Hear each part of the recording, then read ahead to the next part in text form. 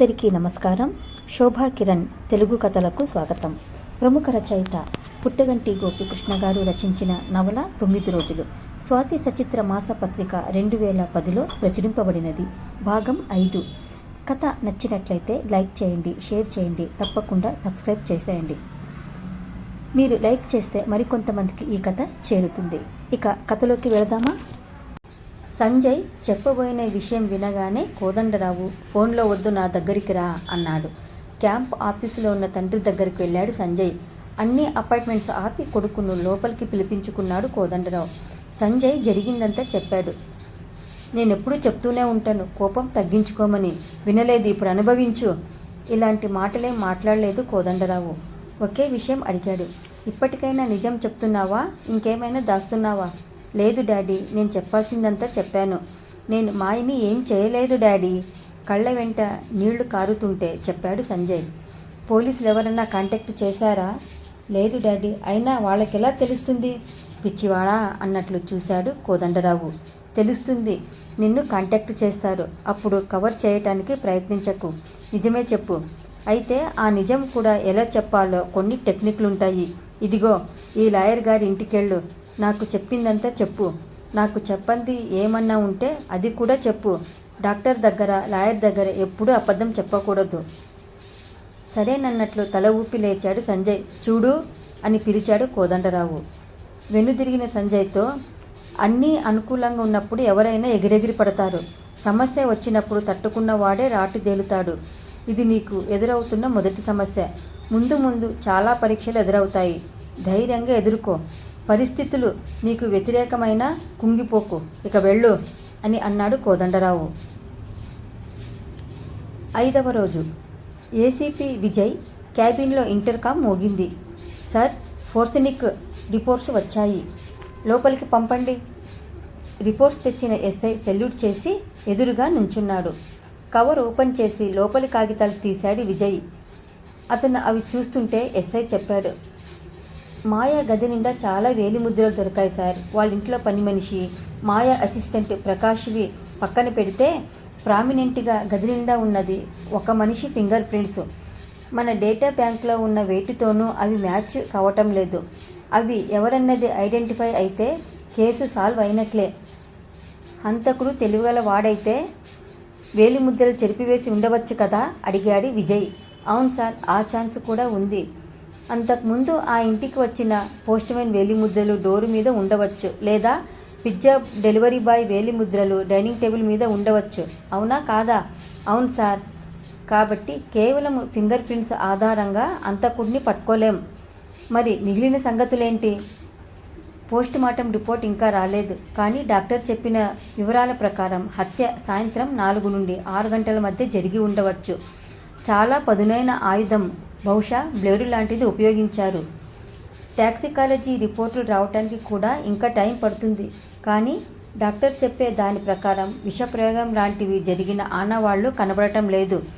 Rape జరిగినట్లు మాత్రం physical evidence ద్వారానే తెలుస్తోంది. రేప్ చేసిన వ్యక్తిని ఐడెంటిఫై చేసే వీలుందా? Yes sir. ఆవిడ బాడీ మీద హంతకుడు వదిలిన క్లూల ఆధారంగా అతడి DNA దొరుకుతుంది. అనుమానితులు ఐడెంటిఫై అయితే వారి DNA మ్యాచింగ్కి పంపవచ్చు. సాలోచనగా చూశాడు విజయ్. నారాయణ కాలినడకన తిరుపతి చేరుకొని కాటేజ్ తీసుకొని సామాను దాంట్లో చేర్చేటప్పటికి బాగా అలసిపోయాడు. అన్నదాన సత్రంలో భోంచేసి వచ్చి కాటేజీలో పడుకుంటే సాయంత్రం దాకా నిద్ర పట్టింది. మరుసటి రోజు నిద్రలేచి తనవి పిల్లలవి తల వెంట్రుకలు స్వామివారికి సమర్పించుకొని దర్శనం చేసుకొని వచ్చేటప్పటికి రాత్రి 9 అయింది.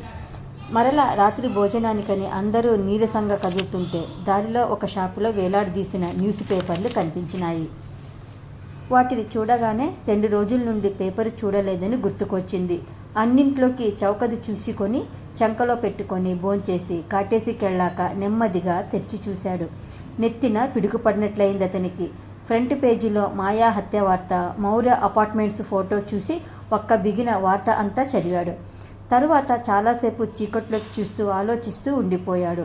ఉదయాన్నే లేచిన పిల్లలు, సాయంత్రం ట్రైన్కేగా నాన్న మనం బయలుదేరి వెళ్ళేది అని అడిగారు. లేదమ్మా, నెల్లూరు అత్తయ్య వాళ్ళ ఇంటికి వెళ్ళి 2 రోజులుండి వెళదాం అన్నాడు. సడన్గా ఈ మార్పేమిటో ఒక్కరోజు కూడా సెలవు పెట్టడానికి ఇష్టపడని అతను ఇలా వారం మధ్యలో నెల్లూరు ప్రయాణం ఎందుకు పెట్టాడో ఎవరికీ అర్థం కాలేదు. ఏసీపీ విజయ్కి హోమ్ మినిస్టర్ నుండి పిలుపు వచ్చింది. విజయ్ సెక్రటరియేట్లోని హోమ్ మినిస్టర్ ఛాంబర్స్ చేరుకున్నాడు. దాదాపు గంట వేచి ఉన్నాక లోపలికి రమ్మని పిలుపు వచ్చింది. సెల్యూట్ చేసి ఎదురుగా నిలుచున్న విజయ్ని కూర్చోమని కుర్చీ చూపించి, విజయ్, ఆ సినిమా పిల్ల హత్య కేసు ఏమైందయ్యా? రాష్ట్రంలో చీమ చిటుక్కుమన్న హోమ్ మినిస్టర్ జవాబుదారీ అంటే నేనేం కావాలి? మీకేమో చీమ కుట్టినట్లు కూడా ఉండదు, వామనమూర్తి నిష్ఠూరంగా అన్నాడు. ఇన్వెస్టిగేషన్ జరుగుతుంది సార్. ఇంకా ఫోరెన్సిక్ రిపోర్ట్స్ అన్నీ రాలేదు. కనీసం ఇంకా 1-2 రోజులు పడుతుంది కేసు ఒక కొలిక్కి రావటానికి. ఈలోపు రాష్ట్రం మొత్తం నన్ను చేతకాని వాడినని తిడుతుంటే పడుతూ ఉండాల్సిందేనంటావా? ఏమీ మాట్లాడలేదు విజయ్. వామనమూర్తి మాట్లాడుతున్న మాటలు రెస్పాన్స్ ఆశించి కాదని అతనికి తెలుసు. గోడకి బిగించిన టీవీలో నుండి ప్రతిపక్ష మహిళా నేత ఆండాళమ్మ అరుపులు అదే పనిగా వినిపిస్తున్నాయి. ఉలిక్కిపడ్డాడు వామనమూర్తి. ఇదేంటయ్యా విజయ్, వార్త విందామని ఏదైనా ఛానల్ పెడితే మధ్యలో ఈవిడ దూరిపోతుంది. ఆవిడ తిట్టే తిట్లు భరించలేక ఇప్పుడే ఛానల్ మార్చాను. ఇదిగో ఇంతలో ఈ ఛానల్లో కూడా దూరిపోయింది. ఆవిడ న్యూస్ ఛానల్స్కి స్టార్ అట్రాక్షన్ సార్.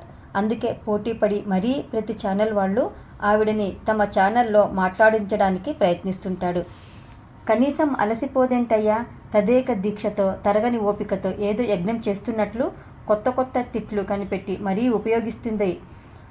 మీకు ఆవిడ తిట్టే తిట్లు కనిపిస్తాయి సార్. టీవీ వాళ్ళు భరించే స్థాయిలో పార్లమెంటరీ లాంగ్వేజీలో విన్నవాళ్ళు సిగ్గుతో చిమిడిపోయేలాగా తిట్టడానికి ఎంత ప్రాక్టీస్ అవసరమో, ఎంత హోంవర్క్ అవసరమో మీకు అర్థం కాదు సార్. ఏంటయ్యా, నిజంగా తిట్టడం అంత కష్టమా? ఎవరి రంగంలో వాళ్ళు కొత్తదనం కోసం పరితపిస్తున్న రోజులు సార్. వెనకబడిపోకుండా ఉండాలంటే నిరంతర కృషి తప్పదు. వచ్చిన పేరుతో తృప్తి పడకుండా ఎప్పటికప్పుడు టెక్నిక్ని ఇంప్రూవ్ చేసుకోవటమే ఆమె విజయ రహస్యం. ఒకసారి తిడుతుంది, మిమ్మల్ని కాదనుకొని చూడండి, దాంట్లో కళ తెలుస్తుంది. అవునా అన్నట్లు చూసి దృష్టి టీవీ వైపు సారించాడు వామనమూర్తి. రాష్ట్రంలో ఆడవారికి రక్షణ లేకుండా పోతోంది. చిన్న చిన్న పిల్లల్ని చంపేస్తున్నారు, విద్యార్థులను చంపేస్తున్నారు. ఇప్పుడు సినిమా హీరోయిన్లకి కూడా రక్షణ కరువైతే రాష్ట్ర హోంమంత్రి ఏం చేస్తున్నాడు అని అరుస్తుంది ఆండాళమ్మ. ఏమయ్యా విజయ్, ఇంతమందిని చావగొట్టానని చెప్తుంది, ఎవరికీ రక్షణ లేదని చెప్తుంది. మరి ఈవిడని ఎవరు ఏమి చేయరేంటయ్యా బాబు? పెళ్ళున నవ్వాడు తనేసిన జోకుకి తనే. వాళ్ళ ఆయన ఈవిడ బాధ భరించలేక చాలా రోజులు ఆలోచించి ఈవిడని పైకి పంపటానికి ప్లాన్ వేశాడు సార్. మరి ఆయన తమలపాకుతో ఒకటన్నాడు, ఈవిడ తలుపు చెక్కతో రెండంది. ఇప్పుడు తీరిగ్గా పశ్చాత్తాప పడితే ఉపయోగమేముంది? ఏమైంది? ఏమైనా వెనుకలు విరిగాయా? సానుభూతిగా అడిగాడు వామనమూర్తి. లేదు సార్, పోయాడు, పైకి చూపిస్తూ చెప్పాడు విజయ్. ఉలిక్కిపడ్డాడు వామనమూర్తి. అబ్బో, చాలా చరిత్ర ఉందన్నమాట. సరే కానీ ఏదో ఒకటి తొందరగా తేల్చవయ్యా, లేకపోతే రోజు కల్లోకొచ్చి కూడా నన్ను తిట్టిపోతుందయ్యా. ఒక చిన్న ప్రాబ్లం ఉంది సార్. ఏంటో చెప్పవయ్యా, చెప్పకుండా నాకెట్లా తెలుస్తుంది? హత్య జరగటానికి కాస్త ముందు మాయా ఫ్లాట్లోకి వెళ్ళిన వ్యక్తి వివరాలు కొన్ని తెలిసాయి సార్. మరింకేష్టి అరెస్టు చెయ్యొచ్చుగా. అతని పేరు సంజయ్, కోదండరావు గారి కొడుకు. ఏ గొట్టంగాడి కొడుకు అంటూ ఆగిపోయాడు వామనమూర్తి. గబుక్కున కుర్చీలో నుండి లేచి నుంచున్నాడు. టేబుల్ చుట్టూ తిరిగి విజయ్ దగ్గరికి వచ్చి, ఏది మన సీఎం కొడుకా? గుసగుసగా అన్నాడు. అవును సార్. ఎలా తెలుసు? సెక్యూరిటీ రిజిస్టర్ గురించి, దాంట్లో నోట్ చేసి ఉన్న కారు వివరాల గురించి చెప్పి ఆ సంగతి ధనుంజయ్ ఒప్పుకున్న విషయం వరకు వివరించాడు.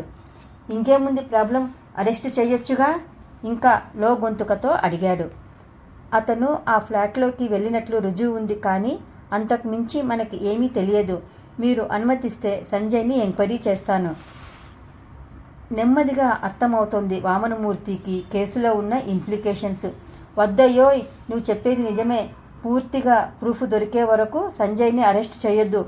పొరపాటున వాడిని అరెస్టు చేసి తర్వాత నేరము రుజువు కాకపోతే నిన్నేమో కానీ నన్ను మాత్రం కుక్కని కొట్టినట్టు కొడతారు. దీన్ని జాగ్రత్తగా డీల్ చేయాలి. నువ్వే దీనికి సరిపోతావు. ఏ సమస్య వచ్చినా నన్ను కాంటాక్ట్ చెయ్యి.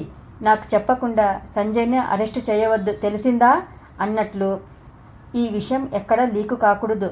ప్రెస్ వాళ్ళకి తెలిసిందంటే చావగొడతారు. సరే నువ్వు వెళ్ళిరా. విజయ్ వెళ్ళిన చాలాసేపు వామనమూర్తి ఆలోచిస్తూ కూర్చున్నాడు. ఇంతలో ఇంటర్కామ్ మోగింది. మీ అబ్బాయి గారు సార్ లోపలికి వస్తున్నారు. ఫోను పెట్టేసేలోపే రవివర్మ లోపలికి వచ్చి కూర్చున్నాడు. ఏంట్రా ఈ టైంలో వచ్చావు? నీ సీటు సంగతి తేలిపోతే నాకు టెన్షన్ తగ్గిపోతుంది. అదేమో ఎటూ తేలకుండా వాయిదా పడుతుంది. దాందేముందిలే కానీ ఆ మాయా మర్డర్ సంగతి ఎంతవరకు వచ్చింది? ఏందిరోయ్ ఊర్లో జనాలంతా అడుగుతోంది చాలేదనా? నువ్వు కూడా తయారయ్యావు. అదిగో చూడు, టీవీలో ఆండాళమ్మ అలుపు సొలుపు లేకుండా తిట్టిపోస్తుంది. గంటకి ఛానల్ మారుతుంది, కానీ మనిషి మారటం లేదు, నోటికి రెస్ట్ ఇవ్వడం లేదు. పోనీలే డాడీ, రాజకీయ నాయకులకి ప్రజల నోట్లో నానటమే కదా కావలసింది. అది రైటేలే. అన్నట్లు ఈ విషయం విన్నావా? మాయ చచ్చిపోయిన రోజు సంజయ్ గాడు, అదేరా సీఎం కొడుకు, దానింటికి పోయాడంట. So what? ఆ రోజు ఆవిడ ఇంటికి ఎంతమంది వెళ్ళి ఉండొచ్చు? సరైన సాక్ష్యం లేకుండా వేరే వాళ్ళ మీద అభాండాలు వేయకూడదు. అబ్బా వచ్చాడండి నీతులు చెప్పడానికి. ఏదో వాడి కేసులు ఇరుక్కుంటే నీకు ఛాన్సీ వస్తుంది కదా అని నేను ఏడుస్తుంటే నీకు నొప్పిగా ఉందా? చూడు డాడీ, సంజయ్ ఈ నేరం చేసి ఉండడు, అది నేను చెప్పగలను. అనవసరంగా సంజయ్ని ఇరికించి తర్వాత ప్రూఫ్ చేయలేకపోతే నా సీటు సంగతి తర్వాత, ముందు నీ సీటు ఎగిరిపోతుంది. అదేరా ఏం చేయాలో అర్థం కాక కొట్టుకుంటున్నాను. ఇరికించటం అంటే కేవలం పోలీసులు అరెస్టు చేయటమే కాదు డాడీ. ఒక్కసారి ప్రెస్ వాళ్ళకి అనుమానం వచ్చేటట్లు చేశామే అనుకో, తరువాత పోలీసులే సంజయ్కి సంబంధం లేదని చెప్పినా ప్రెస్ వాళ్ళు ఒప్పుకోరు. సీఎం కొడుకు కాబట్టి రక్షించడానికి చెప్తున్నారని అంటారు. అది అసలు ఇరికించటం. ఓర్నా కొడుకో, నిజంగా నువ్వేరా నా వారసుడివి? అనిత మార్కెండేల్ని మరలా కలిసింది. ఏం సార్, వీడియోని ఎన్హాన్స్ చేయిస్తానన్నారు, ఏమన్నా తెలిసిందా? అది చెయ్యగలిగిన టెక్నీషియన్ ఇంకా రాలేదమ్మా, రాగానే ఆ పని చెప్తాను. ఏ సంగతి తెలియగానే నీకు చెప్తాను. సీఎం ఆఫీసు బిజీగా ఉంది. వచ్చిపోయే విజిటర్సు, అధికారులు ఎల్లప్పుడూ సీఎంనే అంటిపెట్టుకుని ఉండే మంది మాగదులు, సెక్యూరిటీ సిబ్బంది కలిసి పెళ్లి వాతావరణంలా కళకళలాడుతోంది. సీఎం తన గదిలో కూర్చొని ఉన్నాడు. 2-3 అంతరంగికులతో పార్టీ విషయం మీద చర్చ జరుపుతున్నాడు. చర్చ నెమ్మదిగా రాష్ట్రంలోని శాంతి భద్రతల మీదకు మళ్ళింది. ఈ వామనమూర్తికి డిపార్ట్మెంట్ మీద పట్టు లేదు. రోజురోజుకి ప్రజలలో అసంతృప్తి పెరిగిపోతుంది. పరోక్షంగా అది మన ప్రభుత్వం మీద పడుతోంది. మీరు ఏదో ఒకటి చెయ్యాలి అంటున్నాడు ఒక ఆయన. మనకి పుట్టిన పిల్లలే అందరూ ఒకే సామర్థ్యంతో ఉండరు. అలాంటిది మంత్రివర్గంలో మంత్రులు కూడా అందరూ ఒకేలాగా ఉండరు. అధిష్టానం రకరకాల సమీకరణాల పరిశీలించవలసి ఉంటుంది. కొన్నిసార్లు మనకి ఇష్టం లేకపోయినా సర్దుకుపోవలసి ఉంటుంది. కానీ అది మన ప్రభుత్వ ప్రతిష్ట మీద పడుతుంటే ఎంతకాలం చూస్తూ ఊరుకుంటాము? మరి మన పరిస్థితి అంత దిగజారిందని నేను అనుకోవటం లేదయ్యా. మొన్న జరిగిన మాయ హత్య మరలా మన రాష్ట్ర ప్రభుత్వ పనితీరుని చర్చలోకి తెచ్చింది. ఆ కేసులో పోలీసులు ఏమీ పురోగతి సాధిస్తున్నట్లు కనపడటం లేదు సార్. చర్చ మాయా హత్య మీదికి మరలగానే కోదండరావుకి మనసులో అలజడి మొదలయ్యింది. మనసులోని అలజడిని అదిమిపెట్టి చట్టం తన పని తాను చేసుకుపోతోంది అన్నాడు. ఇంతలో పిఏ లోపలికి వచ్చాడు. సార్, హోమ్ మినిస్టర్ వామనమూర్తి గారు వచ్చారు, పంపండి అన్నాడు కోదండరావు. అందరూ ఒకరి మొహాలు ఒకరు చూసుకుంటుంటే వామనమూర్తి లోపలికి వచ్చాడు. అందరికీ నమస్కరించి కూర్చున్నాడు. ఏమండి వామనమూర్తి గారు, ఏ ఛానల్ పెట్టినా మీ పేరు వినిపిస్తుంది. న్యూస్ మీద గుత్తాధిపత్యం చెలాయిస్తున్నారు చనువుగా అన్నాడు ఒక ఆయన. ఏదో మీ దయ, వినయంగా అన్నాడు వామనమూర్తి. కామెంట్ చేసిన వ్యక్తికి గొంతులో వెలక్కాయ పడినట్లు అయ్యింది. అది వెటకారమో వినయమో తేల్చుకోలేక మొహమాటంగా నవ్వేసి ఊరుకున్నాడు. కోదండరావు కల్పించుకొని, మూర్తిగారు, ఆ కేసు ప్రోగ్రెస్ ఎలా ఉంది? ఇలాంటి కేసులు ఎంత త్వరగా పరిష్కారం అయితే అంత మంచిది. లేట్ అయ్యే కొద్దీ విమర్శల భారం మనం మోయవలసి ఉంటుంది అన్నాడు. దాని విషయం డిస్కస్ చేద్దామనే వచ్చాను సార్, కొద్దిగా మీతో ఏకాంతంగా మాట్లాడాలి అన్నాడు. వెంటనే కోదండరావు కుర్చీలో నుండి లేచి మూర్తిని వెంట పెట్టుకొని తన ప్రైవేటు రూంలోకి తీసుకెళ్లాడు. ఏమిటో విషయం చెప్పండి. చిన్న సమస్య సార్. ఏసీపీ విజయ్ ఈ కేసు డీల్ చేస్తున్నాడు. తను వచ్చి కలిశాడు. మాయ హత్య జరిగిన రోజు మన సంజయ్ బాబు మాయ ఫ్లాట్కి వెళ్ళాడంట అని కోదండరావు రియాక్షన్ కోసం ఆగాడు. కోదండరావు మొహంలో ఏ భావము లేదు. అయితే అన్నట్లు చూశాడు. సంజయ్ బాబు ఆ రోజు అక్కడున్నట్లు రుజువులు కూడా పోలీసుల దగ్గర ఉన్నాయంట. కాకపోతే మీ రెప్యుటేషన్కి ఇబ్బందని నేనే ఈ విషయం ఎవరికి చెప్పొద్దన్నాను. తెలివిగల పని చేశారు. ఆ హత్యకి మా వాడికి ఏ సంబంధము లేదు. ఆవిడ ఇంటికి వెళ్ళటం నేరం కాదు. ఆవిడ ఇంటికి వెళ్ళిన ప్రతివాడు నేరస్తుడు కాదు. చాచా, నేను సంజయ్ బాబు నేరం చేశాడు అనటం లేదండి. కానీ ఈ విషయం లీక్ అయితే మన రెప్యుటేషన్కి డ్యామేజీ కదా అని మీకు ముందే చెప్తున్నాను. నేను మరోసారి చెప్తున్నాను మూర్తి, మా వాడు నేరం చేయలేదు. మీ ఎంక్వైరీలకి అన్ని విధాలుగా వాడు సహకరిస్తాడు. ఒకవేళ వాడు నేరం చేసిన రుజువులు పోలీసు దగ్గర ఉంటే నిరభ్యంతరంగా వాడిని అరెస్టు చేయవచ్చు. కాకపోతే అప్పటి వరకు ఈ విషయం బయటపడకుండా ఉండటం అందరికీ మంచిది. కాబట్టి మా వాడి మీద చేసే ఎంక్వైరీలేవో కాస్త రహస్యంగా చేయమనండి.